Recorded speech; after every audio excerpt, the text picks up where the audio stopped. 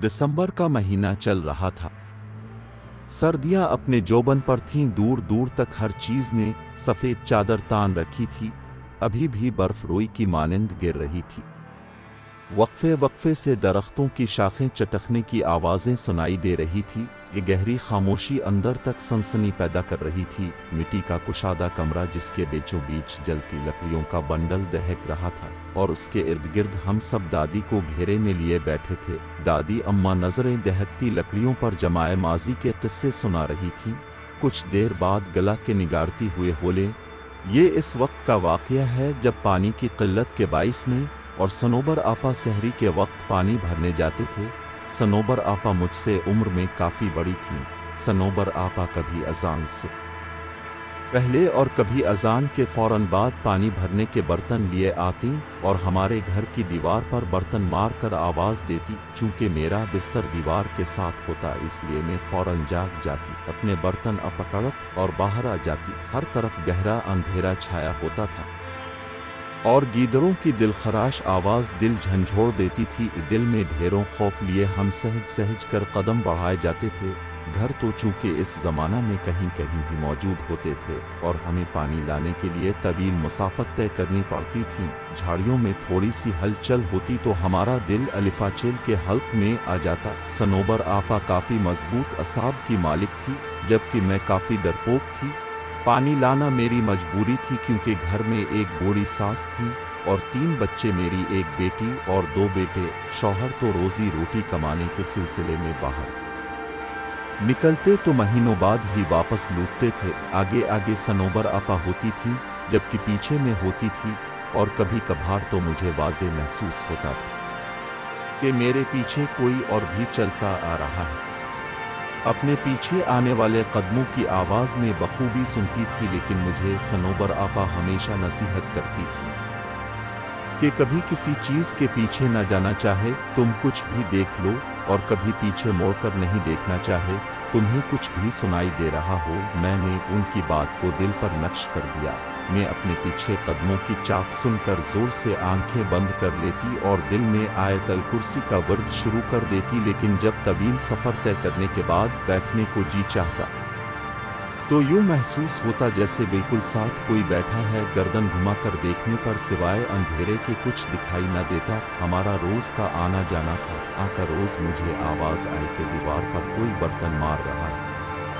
मैं अलिफाटे अपने बर्तन अलिफाटे, लेकिन गहरा अंधेरा देखकर डर गई। मुझे यूं महसूस हो रहा था जैसे आधी रात का वक्त हो। मैं बाहर गई तो देखा सनोबर आपा का दौर दूर तक कोई नाम और निशान नहीं था। मैंने ये समझकर कदम रास्ते पर डाल दिए कि वो ज़्यादा दूर नहीं होंगी और मैं इन तक पहुंच जाऊंगी। गीदड़ों की आवाज़ें दिल भर को मेरे कदम जमा देती थी। मैंने भागना शुरू कर दिया, लेकिन मैं इन तक नहीं पहुंच सकी। लड़खड़ाती कदमों के साथ मैंने मसाफत तय की और मंजिल तक पहुंचकर मेरे अंदर तक सनसनी दौड़ गई। सनोबर आपा वहां मौजूद नहीं थी। मैं थोड़ा ऊपर खड़ी थी और नीचे देखा जहां पानी का कुआं था। ऐसा महसूस हो रहा था कि कोई पानी के डोल एक के बाद एक अपने ऊपर बहा रहा। मैंने नीचे जाना जरूरी न समझा और पानी का डोल रखकर उस पर बैठ गई, लेकिन थोड़ी देर बैठने के बाद भी पानी की आवाज़ बदस्तूर आ रही थी। मुझे अजीब व गरीब ख्यालात आ रहे थे और पानी की आवाज़ से अजीब सा खौफ महसूस हो रहा था। अपने पीछे किसी को महसूस किया तो मेरे जिस्म पर कपकपी तारी हो गई। मैंने लरसते हुए पीछे मोड़कर देखा तो किसी का नाम व निशान भी न था। वहाँ एकदम से सन्नाटा छा गया। मेरी हैरत की इंतहा न रही, लेकिन ऐन इसी जगह ऊपर घने दरख्त की शाख पर कोई अजीब सा परिंदा बैठा मुझ पर नजर डाले हुए था। अजीब किस्म का परिंदा था। मैंने कभी ऐसा परिंदा नहीं देखा था। उसका सारा बदन काले बालों से भरा हुआ था। इसकी सुर्ख आंखें देखकर मैंने दहशत के मारे भागना शुरू कर दिया।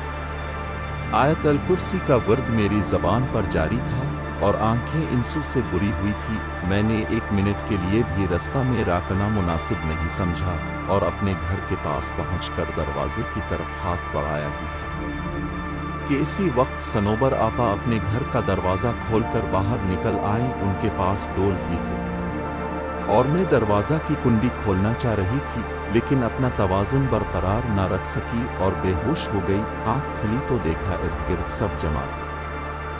सनोबर आपा के घर के सब अफराद भी बैठे थे। मैंने पानी के लिए आवाज़ दी तो सब लपक आए। थोड़ी तबीयत बहाल होने पर मालूम हुआ कि आज चौथा रोज़ था और मैं मुसलसल बेहोशी की हालत में थी। मैंने इस रोज़ का वाक़या सबको सुनाया तो सनोबर आपा माथा पीटने लगी और बोलें, जैसा तुम कह रही हो ये दुरुस्त है तो हम इसको मौजिज़ा ही समझी कि तुम जिंदा सलामत लूट आई हो। मैंने रब का शुक्र अदा किया। आज भी बदन पर सनसनी तारी हो जाती है जब कभी इस पानी की आवाज़ और इस अजीब व गरीब परिंदे का बालों भरा जिस्म आंखों के सामने आ जाए।